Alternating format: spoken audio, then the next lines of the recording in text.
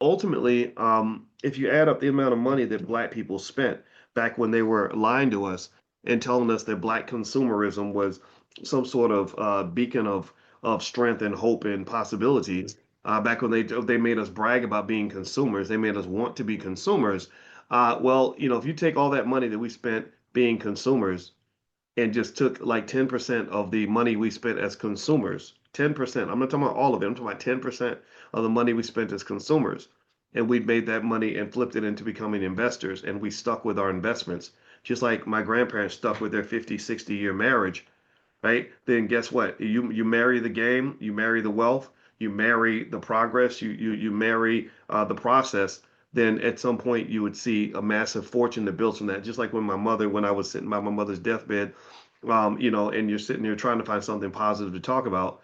One of the things we could talk about is the fact that my parents they literally limped across their 50th wedding anniversary, but they built this 50-year asset called family, called wealth, called love, called marriage, and they made it. They got there. I said, wow, that's so impressive, and I feel so blessed that you had your 50th wedding anniversary literally a month before my mother passed, and my father was right by her bed right when she passed. Right, so that's to me that's very powerful. That's that same dignity, that same commitment, that same consistency, that same relentlessness that led to my father insisting on being by my mother's side all the way until her last moments is similar to the kind of consistency, relentlessness, and commitment that is necessary to acquire an asset and hold on to the asset. That means ups and downs, richer for poor, sickness and in health. Put a yes in the chat to so that because we're smarter than everybody else.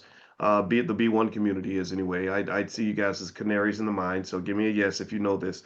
That literally anybody who ever says, "Well, I want to make money," then you say, "Well, where are you going to get money from?" And they say, "From my job." You can say, "Yeah, you can get some money from your job. Your job will give you an income. It allows you to liquidate an asset, and the asset, unfortunately, the problem is that you are the asset. When it comes to your job, you are the asset that's being liquidated, and you don't want to spend your whole life being liquidated because then you end up just just dying at your desk and working your whole entire life.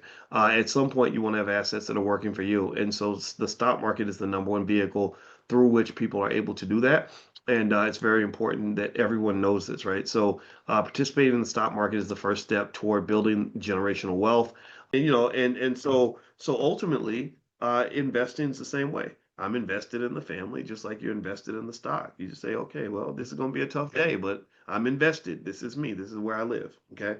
So you build that stock portfolio, you hold on to that damn thing. You buy that real estate, you fight for that real estate. If you watch shows like Landman or watch these Taylor Sheridan shows, or the other one with Kevin Costner, can't remember his name. But anyway, if you watch these shows, you'll see much of these shows. Watch these shows carefully. Most of Yellowstone, thank you, Candace. I appreciate it. I couldn't remember the name of the show. I loved it though. These shows, what are they? These shows are all about money.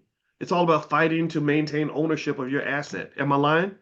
It's about money and family. Bam. That's it. Money and family. Money, family, money, family, investment, asset, acquisition, control. Everything's like pulling out shotguns, defending your land. Like literally, the whole damn show ain't nothing but a finance class. Your life is the ultimate resource. So if you understand investing, then you'll eventually look at everything as an investment. The time you're spending sitting here listening to me is an investment because you could use this time for a million other things. Your love and your body and all these things are an investment. Your money certainly an investment, but your money is literally the probably the least valuable investment that you'll ever make. I think if I had a choice between losing a bunch of money in a stock versus investing 10 years in a person and having that go bad, I'd rather lose money on the stock all day, right? If you wonder where your wealth comes from, or where your wealth disappeared to, I encourage you to consider the fact that a lot of us have to go back to work and make money because so much money was given away to white people already. You gave it away to somebody else. Somebody received it because they didn't prepare.